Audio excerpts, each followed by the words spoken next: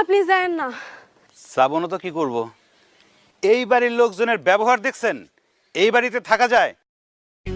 এই বাড়ির সাথে আমার আর কোনো সম্পর্ক নাই। যা বোঝার আমি বুঝে গেছি।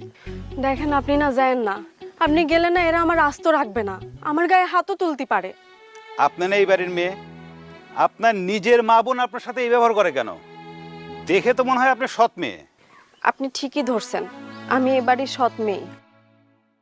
আসলে আমার মা ছোটবেলায় মারা গেছে। আপনার বাবা 2 বিয়ে করছে? বড় কে, আপনার মা না ওদের মা? আমার মাই ছোট। আমার আব্বা আমার মারে পরে বিয়ে করছে। আসলে এই সংসারে আমার আব্বা সম্মান সুখ বলে কিছু পায়নি তো, তাই আমার মারে বিয়ে করছে। আর আমার মা আমার আব্বারে অনেক ভালোবাসতো, সম্মান করত। গরিবের কাছে আসলে স্বামীর সম্মানটাই বড়। আর আমার মা এমনই দুর্ভাগা যে তার স্বামীর সংসারটা কপালে জোটেনি, সে আমারে রাইখাই মরে গেছে। আমি যখন ছোট তখনই আব্বা আমার এই বাসায় নিয়ে আসছে। তখন থেকে আমি এখানে থাকি সৎ মেয়ের মতো। আপনাকে দিয়ে এই বাড়ির সব কাজ করানো হয়, তাই না? হ, আমি যদি কাজ না করি তাহলে আমার গায়ে হাতও তোলা হয়, খাওয়ানো বন্ধ করে দেওয়া হয়। আমার ওই বড় বোনটার বিয়ে, অনেক বড়লোক ঘরে বিয়ে।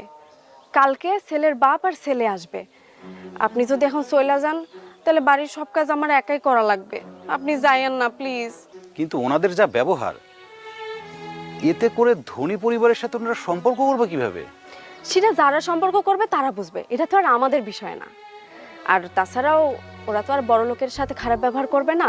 খারাপ ব্যবহার করবে আপনার আর আমার মতো গরিবের সাথে। আমাদের সাথে কেউ খারাপ ব্যবহার করলে কারো কিছু যায় আসে না, কারো জবাবদিহিতাও করা লাগে না। আচ্ছা, একটা কথা বলেন তো, ওনারা যে আপনার গায়ে হাত তোলে, আপনার আব্বা কিছু বলে না? গ্রামে একটা কথা আছে, মা মরে গেলে বাপ হয় তালুই। আমারও হয়েছে সেই দশা। দেখেন, আপনি যদি এখন চলে যান তাহলে এখন গেলে তো আপনি কাজ পাবেন না। তার চেয়ে আপনি থাইকা যান, 2 দিন কাজ করলেই দেখবেন আপনার ভালো লাগা শুরু হয়ে গেছে। এতে আমরাও দুজন ভাগাভাগি করে কাজ করে নিলে দেখবেন আর কোনো অসুবিধা হবে না। ঠিক আছে, আপনাকে বিপদে ফেলতে ইচ্ছা করছে না, চলেন গিয়ে কাজ শুরু করি।